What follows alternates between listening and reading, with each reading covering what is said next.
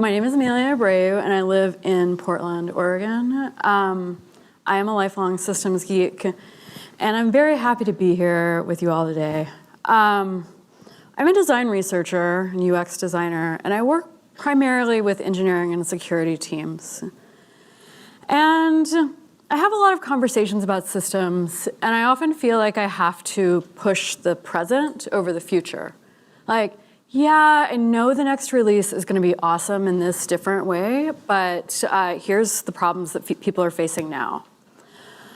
What's more, I often feel in the culture of technology, there is a real push to emphasize the abstract over the physical, for good reasons. But when we lose that physical iteration and the relationship, the personal relationship and the social relationships we have with physical objects, we overlook a lot of things. And this is evidenced by, I feel like, the very visceral reaction we've had to the Hardware Antiques Roadshow today. And when we de-emphasize the physical, when we de-emphasize the material, when we de-emphasize the historical, we lose a lot of perspective. And we lose the means to have this broader conversation with human history and realizing the same things that we're doing over and over. And I, for one, am very interested in gaining some historical perspective, especially over the past few months. Michel Foucault gives 4 definitions of technologies. Technologies of production, technologies of symbols, technologies of power, and technologies of self. Cards function in all of these realms, but I am going to focus on these first 2. We don't really need to introduce the very persistent metaphors of cards in computing. Last week, I helped a teenage friend pick out a graphics card for her computer, and I was very struck by how simple, how elegant, how persistent that metaphor was. If you think about the metaphor of cards in computing, what do you think about? I think about HyperCard, which was my favorite. I think about graphics cards. I think about my early memories of prying open my Speak and Spell to put a new cartridge in. Cards, especially as sign systems, don't really need an introduction either, especially to a room full of systems geeks. We adore tabletop games. We adore logic. Card decks and the games we play with them are highly symbolic little systems with data models, with random number variables, statistics, icons, complex and often customizable architecture. They have manuals and documentation and standards all of their own. And while the term relational database was coined in the 1960s, cards for millennia have functioned as such. Cards themselves are a form of automation. They are uniform for processing data, and they function as a bounded set, which you can drop values in and out or add an expansion pack. You can demonstrate a lot of order and set theory with just a plain deck of cards. Card games have been around since the 3rd century, and they're still in use. They've functioned as the first printed currency. And cards not only give us data storage, but as physical objects, they've provided the architecture for other systems. Card schemes are largely open source. They require no batteries and have a higher resolution than most displays. So hopefully I've made this case that, oh, let's think about cards. Well, how do we do that? How do we think about technologies over time in this physical iteration?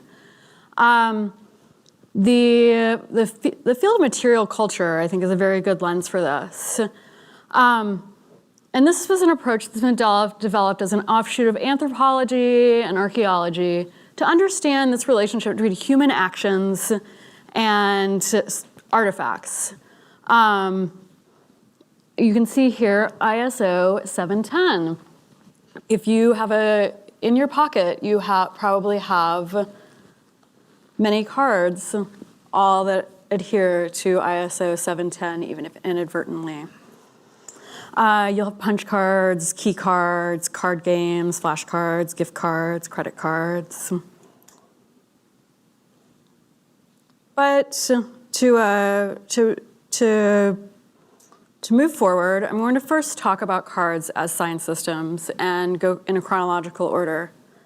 And the story starts in the 3rd century of Common Era. These cards that you see here are actually from the Tang Dynasty, which is 9th century, but it gives you a good example of this first system that I could find.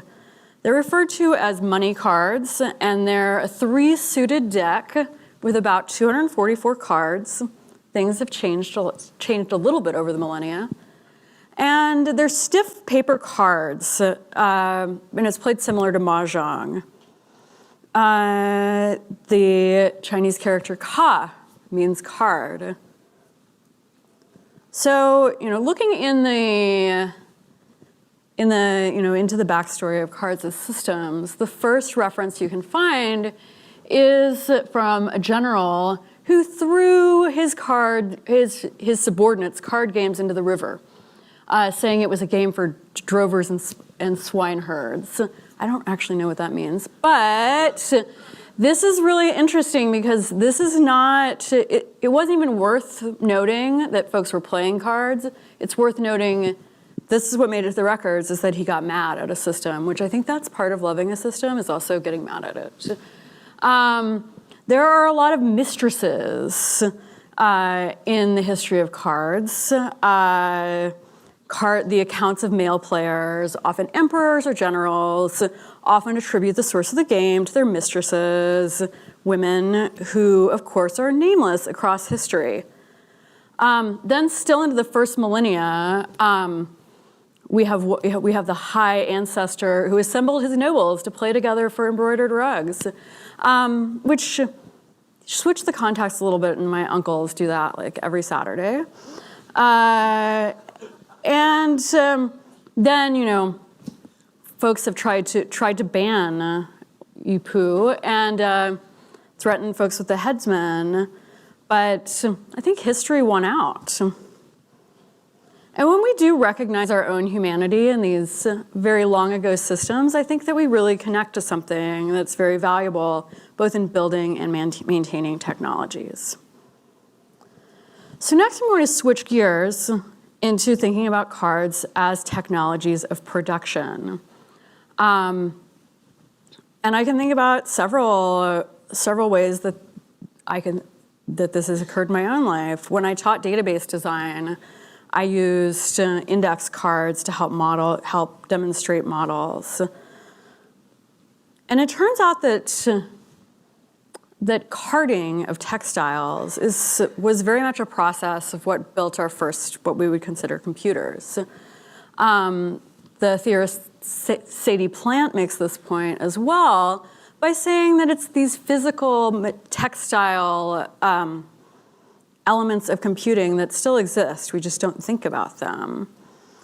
And this also, this early metaphor also makes us think about like, okay, where does our history of technology start? It's usually very Eurocentric. It's, here we are in early modern Europe, nothing else to see. But putting all that aside, it's this automation, especially for manufacturing textiles, that was very valuable during this era. The earliest English use of card, dating to the 15th century, is for carding textiles, and it's the smoothing fibers and making them uniform. A few years ago, I attempted to unravel a cashmere sweater and take the yarn, and I did so by wrapping these strands of yarn around a Nike shoebox, and it was very tedious. And I realized, okay, this is why I understand why folks wanted to. Hello. Okay. This loom, Bouchon's loom, was the first to use cards as a receptacle for data, and this was just an assistant who replaced the paper roll with a set of punched cards. These cards were most likely, repurposed from their original use in bolting or holding fabric. Moving forward into the 18th century, the French National Library was the first to build a card catalog. And, you know, I guess they wanted to move fast. And so instead of getting new cards, they used repurposed playing cards. And this is a really interesting, this is a really interesting convergence of these two sorts of technologies. Using the uniformly sized cards as a form of automation. And not only was the technology in data storage, but also in processing. The drawer was very much a part of the technological innovation for these first card catalogs. As we get into the 19th century, KORSAKOV, who was a police statistician who was also a homeopath on the side. I think I know this guy. He lives in Portland. He developed the first searchable interface with punch cards called the IDEOSCOPE. And no one is on record having used the IDEOSCOPE besides KORSAKOV. When Babbage patented the difference engine in 1835, he batted off all questions of like, oh, can the difference engine do that? He said it's only a matter of cards and time. And this statement is very interesting because it reflects that sort of material and labor limits to punch card and card-based technologies. Eventually your hands get tired. HOLLERITH, however, who developed the census tabulation machine you see here to tally the 1890 census, he sort of worked that out. He developed a uniform card, which was very similar to the one that was used in computing for 100 years. And he also hired women. The labor of mostly women to physically create, keep order, process, store, and preserve data in cards. Cards were used in computing for over 100 years. And lest we think this is all in the past, there are a lot of legacies of card-based computing that impact what we do every day. The only formal writing or inquiry into best practices for running a data center up until about 1998 are about storing cards. So if we want to think about how to plan a data center 20 years into the future, looking 20 years in the past, all we were storing was cards.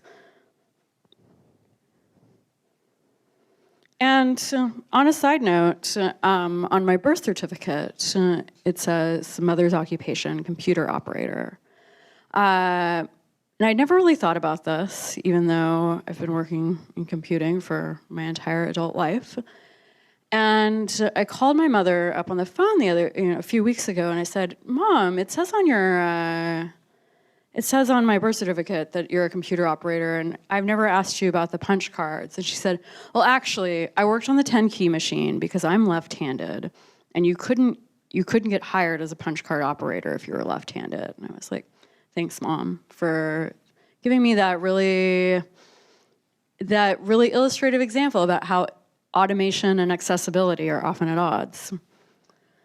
So moving into Foucault's third and fourth definitions of technologies, we can definitely argue that cards, like the ones in your pocket, also function as technologies of power and technologies of self. The communications scholar Lana Swartz has written about the development of the Diners Club card, which was the first charge card, which offered country club style billing at any restaurant. And she argues that Diners Club cards created a new place, as well as creating a form of billing. Like I said, for several years at University of Washington, I taught students UML and SQL modeling, and I found that the best way to do that was with index cards, so they could visualize dimensions of data. The scholar Mimi Ito argues that Pokemon and that kids who grew up in the 90s with Pokemon are better able to understand algorithms because they have this database in their hands, that it's a massive environment, and that it normalizes sorting and filing. But moving ahead, I've sped through this because I was worried about going over time. One of the things that I think about when I think about cards are the handful of recipe cards I have from various relatives that are stashed in various places in my house. And their persistence, what do cards do in terms of being persistent across generations? I've had dozens of email addresses, a handful of social media accounts, a handful of websites that are all sort of disappeared into the ether, but yet I still have this recipe for angel food cake.